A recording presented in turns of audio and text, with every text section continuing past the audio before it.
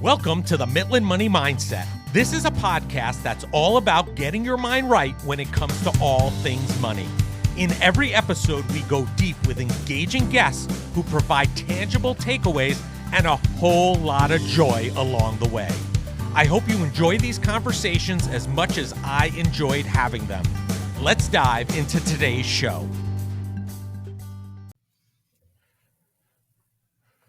Well, I have the pleasure of being here today with Brittany Hodak, an award-winning entrepreneur, author, and customer experience speaker. I am so excited to have this conversation. Welcome to the show, Brittany. Thank you so much for having me, Larry. I'm so excited to be here. Yeah, so I know some background about you, but I also want to get our listeners up to speed. And we're always interested to hear a little bit about the journey on how you got to where you are today. So we'll spend a lot of time on where you are today, but perhaps you could just give our listeners the 10,000-foot view on how Brittany Hodak got from where you were to where you are today. That would be great. Of course. Well, when I was a kid, I thought I was going to work in the music industry. That was all I really wanted to do. When I was 16 years old, I went to job shadow at a local radio station. I begged them to give me a job. I said, I'll do absolutely anything. And they hired me to be the mascot. So I got to wear a bee costume to every, like car dealership sale and furniture store grand opening. And I thought it was the coolest job in the world because I got free CDs. I got to hang out at the radio station. But about 6 months later, one day the station manager came in and said, I keep seeing ads for this movie, Bridget Jones' Diary. And my maiden name was Jones. So she thought it would be a really cool idea to do something and call it Brittany Jones' Diary. And she said, what could we do? And I said, well, you're always talking about trying to get more people on the radio station websites. What if I just, interviewed the band when they came to town and that was my diary?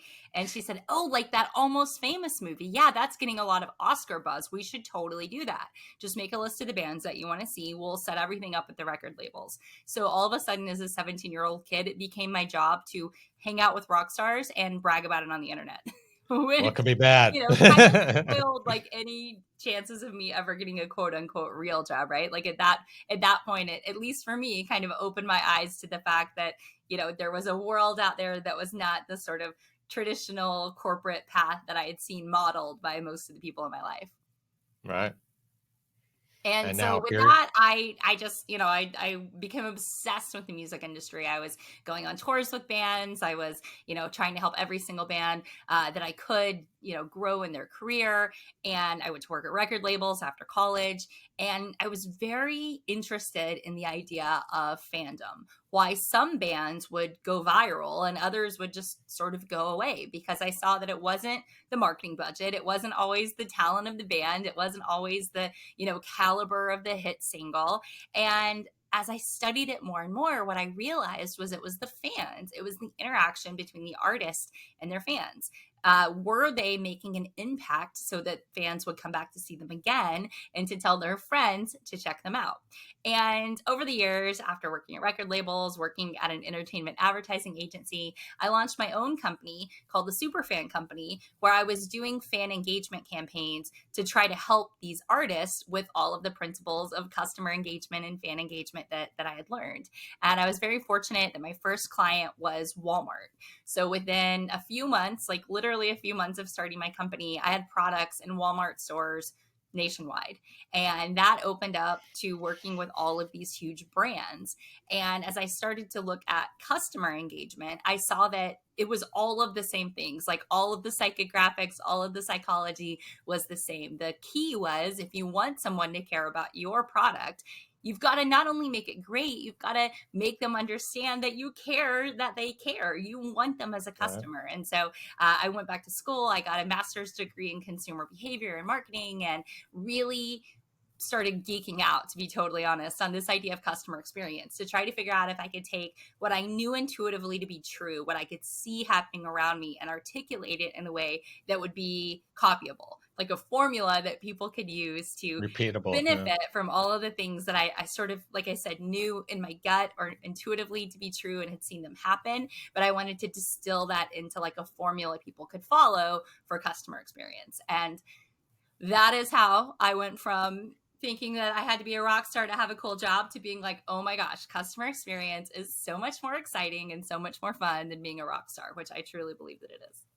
Yeah, I think every business owner would love to have the fans that, for example, the Grateful Dead had, right? They had such a following, such a connection with their fans, and I think, some of the stuff that I've read, they never had a hit song. I don't think they had any, but they had this incredible following. So I think that's a great example of, what businesses want. If you could create that, you really can create a huge beneficial community to you and your brand. And that's exactly what it sounds like you're creating with the people that you serve.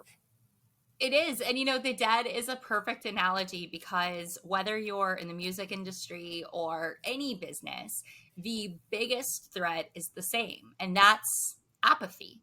A lot of times I work with people, especially business owners, and they'll say, we have an awareness problem. Not enough people know about what it is that we do. If only we had a bigger marketing budget. If only we could spend more money. If only we could get our name mentioned by this influencer. And almost 100% of the time, it's not an awareness problem at all. Plenty of people know. They just don't care. And the reason they don't care is because that business hasn't done a compelling enough job connecting their story to that customer story, or that prospective customer story. They haven't made their thing relevant to the needs and the lives of that customer. And it's the exact same as it is with artists. Like, you hear a new song, if it doesn't get your attention, you're like, so what? Who cares? It's apathy, right? It becomes filler. It's background noise that maybe you'll think about it again later, but you're certainly not paying attention to it. You're certainly not saying, I want to Shazam this song so that I can listen to more songs from this artist on Spotify later, or I want to find out if they're coming to tour in my town, or I want to, learn more about them. It just becomes sort of background noise. And we live in a world where there's so much background noise, so much there is a static, lot so much sound all the time, that in order to truly break through, you have got to have a compelling story to overpower that apathy, because apathy is a very, very, very powerful foe. Yeah. So you mentioned it earlier, super fan, right? So what is a super fan? How do you define that? Because I think that's key in understanding what business owners should be looking for. What is that super fan all about? What does it mean? Well, I'm glad you asked, because sometimes people hear the word and they're like, I could never have super fans for what I do. I'm an exterminator. I'm a funeral director. I'm, whatever. But you absolutely can. I define a super fan as a customer or stakeholder who is so delighted by their experience with your product, service, or brand that they become an enthusiastic advocate. So, in other words, these are customers who are creating more customers. They're coming back and they're telling their friends they had a great experience, and you now are no longer just a commodity provider from them. You have broken through that sort of level of commodity provider into a space that I call category of one. They're no longer, putting you in the consideration set. You're the entire consideration set. They would not dream of looking for another solution because they know they've found their partner. Sounds like something that all businesses should strive for. I think it's key. The more super fans you have, the better opportunities you're going to present for your company. So I've also heard you speak about, there's a shift in expectations, right? So why do you think it's critical? And I think this ties in really to the super fan in order to create them. Why is it critical for a business to deliver exceptional service, right? Well, the reason it's imperative is because customer expectations have never been higher. We are living in an experience economy. People are no longer making decisions based solely on a product or a service. It's about the totality of the experience. What does it feel like to do business with you? And in an experience economy, people are no longer just comparing their experience with you to the experiences they've had or perceived that they would have with your direct competitors. They're comparing them to the experiences they've had across the board. We have much less patience than we did a decade ago. We have much less tolerance for things not being available at our fingertips, for us not to have real-time information about what's going on, for us not to be able to solve our own problems in the channel that we prefer to solve them in, whether that's going online to figure it out, using social media, a chat bot, a phone call, etc. So your customers are always going to expect that your experience improves based on what is happening in the world around you. So the proliferation of technology and AI and all of the other things that you can use to enhance a customer's experience are now just like the cost of entry. They're no longer like a nice to have. It's a you must have this to compete and win in today's world. And if you don't, a challenger brand is going to come along and steal your customers. Yeah. So just to clarify this for those that are listening, right? And just so I understand, I'm hearing what you're saying, and I think I understand it, and I want to make it, crystal clear, right? I'm in the financial services profession, right? My competitors are not necessarily just other financial services providers, but the Amazons of the world and those providers that are delivering that expectation that I can go online, order something today, have it tomorrow. So in essence, although they're not providing financial advice currently, but that's what my customer experience, even though I'm a financial services firm, not selling products like Amazon, that's what my customer experience is really up against. Is that fair? Absolutely. That's totally fair. And where this really comes into play for financial services professionals are in all of the things that aren't just what I would call like the during part of the experience, but before and after as well. How easy or difficult is it to schedule an appointment with you? How easy or difficult is it to get the information for something as simple as, calling you on the phone or finding your office? How simple are you making it for people to engage with you wherever they are? And as customers' expectations continue to rise because we continue to see more and more development, the less patience that they're going to have when you don't match those expectations. People are going to be like, what do you mean you can't tell me where this report is? Like Domino's can tell me where my pizza's at right now and who's making it. Like, what do you mean it's been 2 weeks and you don't have any information yet? Like, get the information. Because again, we're not just comparing experiences to those other service providers. And the smartest, most in tune customer experience professionals also know that you can take inspiration from anyone. So even though you're in financial services, you can see what is happening with, a doctor that you go to or the gym that you go to or where you get your hair cut or even a local shop at the mall or a restaurant. All of the things around you that sort of make you say, oh, that was great. Pay attention to their experience because there's almost always a lesson that you can take away and apply it directly to your business to benefit your customers. I agree. I mean, we've taken experiences from totally unrelated businesses and incorporated in our practice to create that super fan, and it's something that is really in line with one of our core values, which is question, review, and improve. We're always questioning what we're doing, reviewing it, and looking to improve it and make it better. And I think that most companies have to take that stance. Otherwise, to your point, they're going to probably end up in a position where they're not going to be able to keep up. So as an expert in building and maintaining customer loyalty, right? What advice would you give to a business that's aiming to create that, devoted fan or super fan base? What should they be doing? What should they be thinking about? Well, the first thing they should really be thinking about is, why do you deserve super fans? What is it that you're doing that's better than your competitors? Why would someone be loyal to your business? Because if you can't answer that question, I guarantee you they won't be able to either. True. Are there any actionable things that they can implement if they want to put that in practice and start striving towards that audacious goal? Of course there are. This would be a really short and unfulfilling episode if there were not.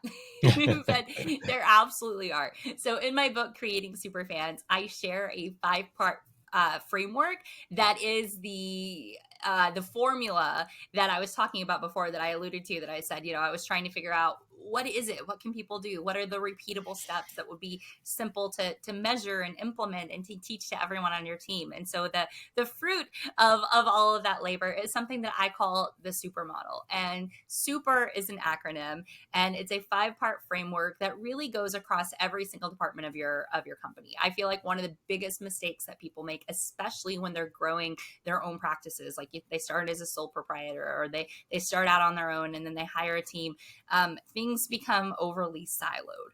It's a lot of, oh, this is somebody else's responsibility, or this falls to somebody else. But everything is experience. Everyone is in the experience department, and everything is important to that experience that a customer is having, like the little things, the big things. So my supermodel, SUPER, stands for start with your story. That's a little bit of what I was talking about before. Why are you the best? Why can you stand up and say that you're the best partner for somebody who's looking for a financial advisor in your market?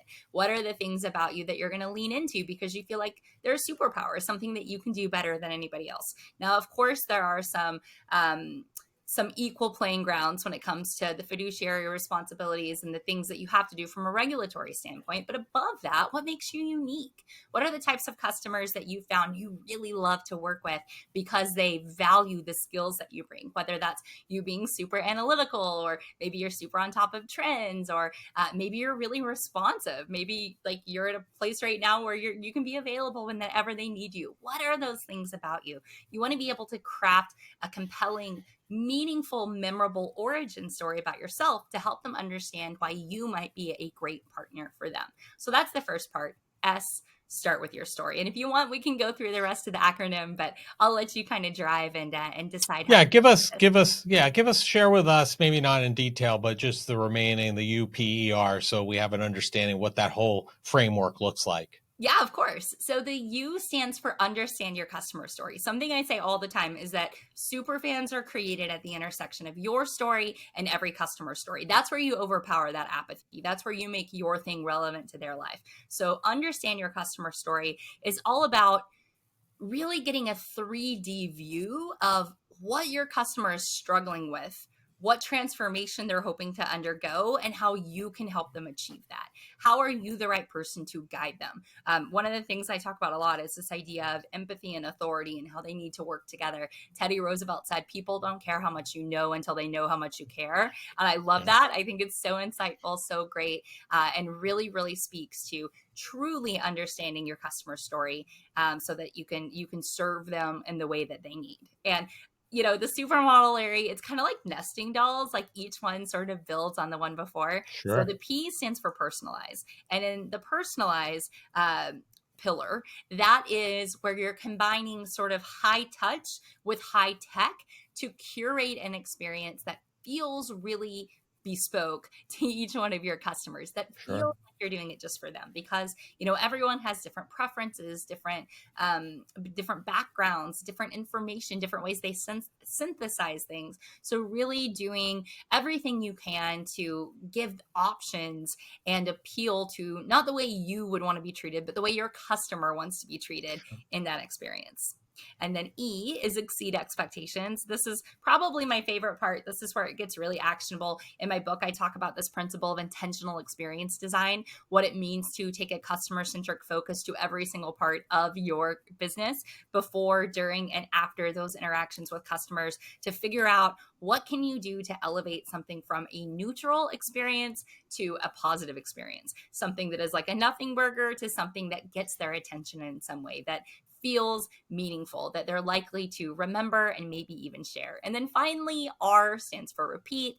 That is a nod to the fact that customer experience is not a set it and forget it. You're never done. There's never like oh, I did it. It's, as Elizabeth Arden said, repetition makes reputation, and reputation makes customers. So the repeat is all about the systems and processes that you can put in place to help ensure that every single customer experience is remarkable, and more importantly, plays out the way that you have designed or planned for it to play out. Amazing. I love that super framework, and it's something I'm going to make note of and make sure that we're implementing, because I think it's an easy to remember and an actionable way to evaluate the experience, really, and making sure that you're rising to the occasion on a regular basis. So, one of the things that I'm sure you've seen over your tenure in this space is, social media and the impact that it may or may not have had on fandom, in the digital age. So, what do you think? How has social media and the digital age, changed that whole fandom kind of shift or mentality, or has it at all? Oh, it is completely changed the sort of landscape of fandom, particularly when you look at some of the things that we think more commonly about when we think of fandom, so sports and movies and music, because what it has allowed is for these separate groups of fans to merge into one community. They're able to talk to each other. No longer is it like, like I remember my mom telling me stories about when she was a kid, she was in like the Davy Jones fan club, and she would get like a magazine in the mail every Right. couple months, and you could like write your story, and other Davy Jones fans across the country would read it. But now these fans are able to communicate and share their experiences with the world in real time. Now, for business fandoms and for entrepreneurs, what it's really done is created more opportunity for a sense of co-creation, and also more of an expectation for immediate feedback. So when somebody goes to your brand asking for feedback online, they are expecting near instantaneous feedback. They want to know that you have received and care about that request or problem or comment or whatever it is that they sent your way. So I think overall, social media has been fantastic for increasing the level of connectivity, but it is also forcing businesses to raise their game, because there is that immediacy, and also there's more of a sense of ownership and co-creation. And there's been a lot of really fascinating research done about fandom and the sense of like identity and ownership. And as you get into younger consumers, especially, you see this like huge in Gen Z. But a little bit also with millennials, and even a tad bit in the older generations, people feel intrinsically that they have a sense of ownership in the things that they are fans of, the things that they support. They feel like they should have a vote or a voice in helping make important decisions and co-creating what's going to follow. And, you see a lot of brands do a good job tapping into this, surveying their fans, asking for feedback, allowing them to, sometimes even participate in the research and development and launch of new products. But that's something that we're going to continue to see, I think, forever. Again, superfans are created at the intersection of your story and every customer story. So sharing your story in a way that's relevant is no longer optional. It is something that is expected if you want to rise to that level of category of one. If you're fine being a commodity provider, fine, that's great, right? If you want people to make a decision based on something like how close you are to their house, or what the cost is to work with you, then fine, you can be a commodity provider. But if you don't want to be a part of that sort of like muddy, messy middle, you've got to rise above it, and you've got to have a strategy for turning more of those customers into super fans.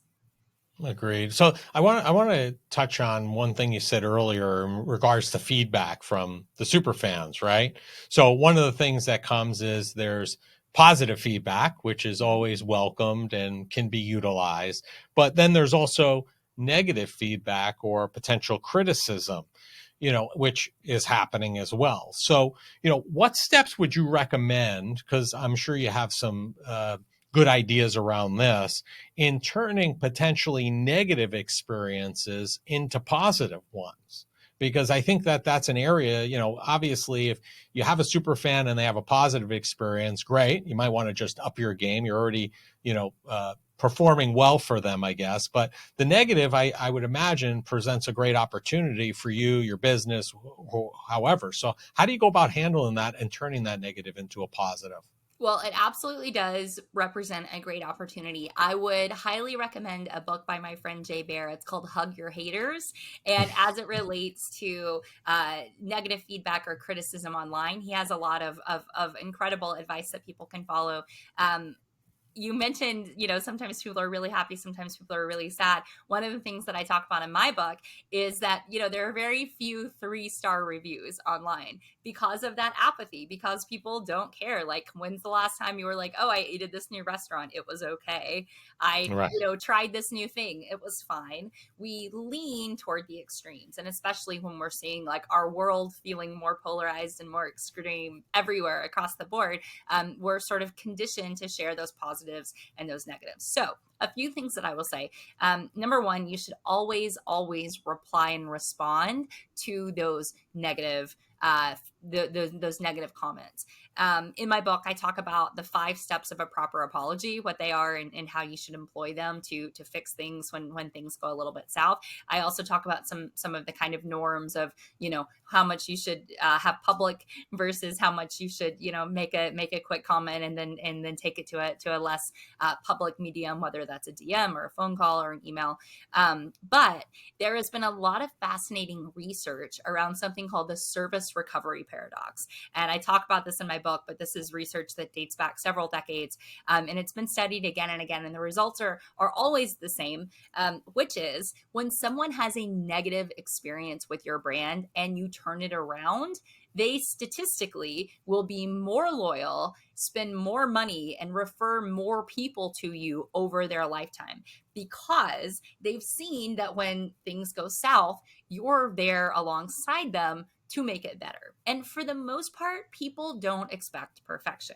Obviously, if you're listening to this and you're a financial advisor, the stakes are high because people are trusting you with their financial futures. However, most people aren't expecting you to, be a mind reader. Like, they're not expecting you to be able to say, like, what's the market going to do in 20 years? Some people are, but the majority of people who are, rational are expecting you to do your best and to work hard for them. And when something goes south, they want you to jump in and fix it. So when you do that, when you can demonstrate that service recovery, oftentimes you come out on the other side of the relationship even better than when you went in. And again, in the book, I talk about sort of the 5 steps of an apology and how the service recovery paradox kind of plays out when you've got multiple people in your team involved. But I would say that the headline takeaway is to know that that negative feedback can be a huge opportunity for you, not just as it relates to that individual customer, but then also, of course, to review the processes that you have so that you're making changes that can impact other customers as well on their journeys. Yeah, great points. Maybe you could share, is there a memorable success story or example that you have from your time in this field where harnessing fandom has made a significant impact on a brand or a business as a result of leveraging that? Yeah, there are so many examples of brands that have rallied grassroots supports from their fans to really change the trajectory of their entire business. And sometimes that's on a small scale, and sometimes that's on a global scale. One brand that I talk a lot about that I personally have been a super fan of is Chewy. So Chewy.com is an online pet food retailer. They've been around for 12 years. They're doing billions of dollars a year in sales, and they've grown that business in what was a very commoditized category, right? Pet food, pet products, medicine, supplies. And they have managed to turn customers into very loyal Chewy super fans by leaning into personalization and leaning into the customer experience. So making sure that every experience is a remarkable one, whether you're calling in to talk to someone on the phone or whether you're just interacting via email.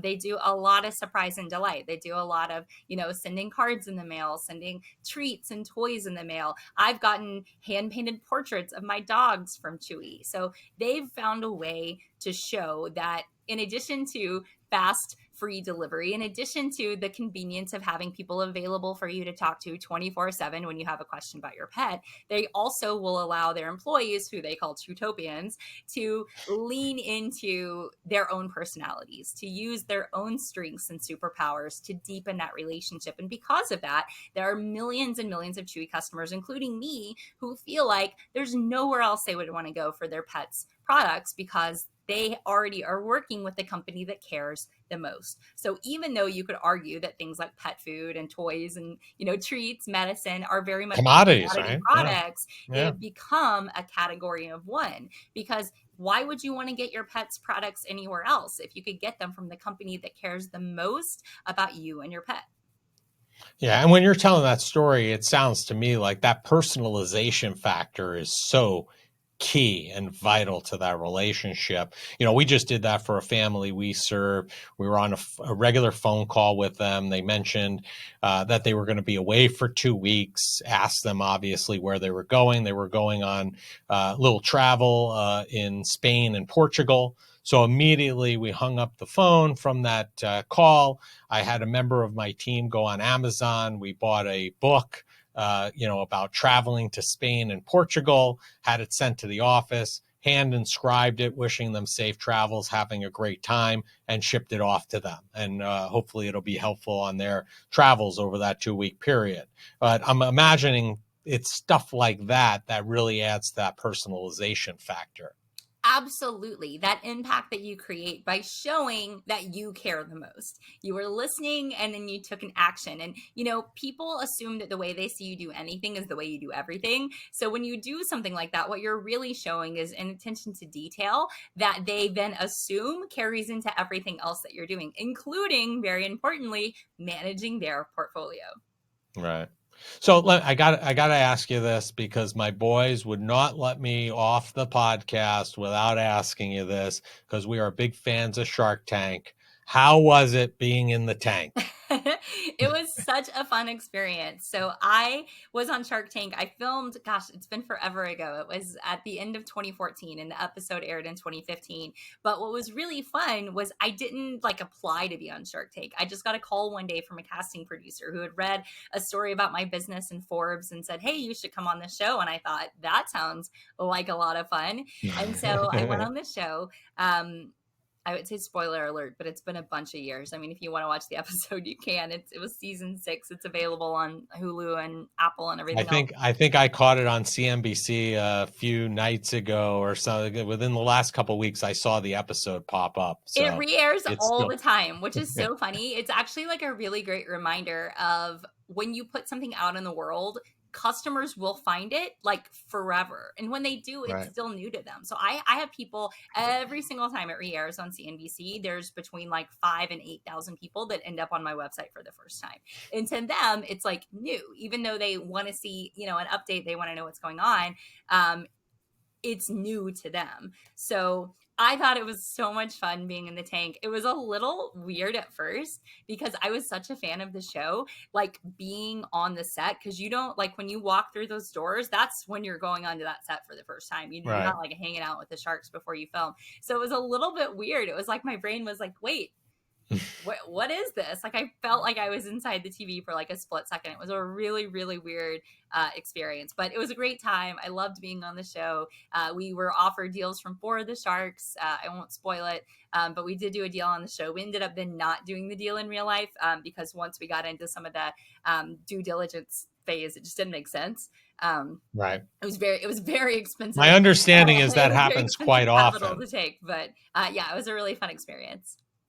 Yeah, my understanding is there are many times where you see the deal on TV and it ends up not getting consummated at the end because of the details or something changes or some factor breaks it up at the last minute. And my other understanding is that, like you said, you recorded 2014, aired in 2015. Sometimes you don't have the deal consummated for several years after your episode airs because they have so many things going on and so much due diligence that needs to be done too.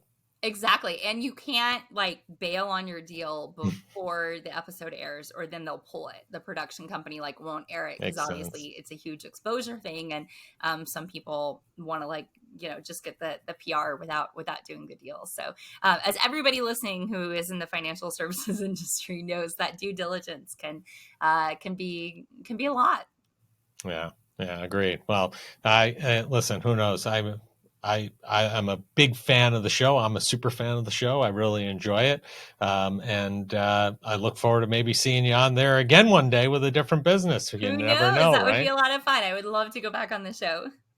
So, Brittany, we end each of our shows asking all of our guests the same question. This is the Mitlin Money Mindset, and we're all about joy. So what did you do today that brought you joy and put you in the right mindset for success?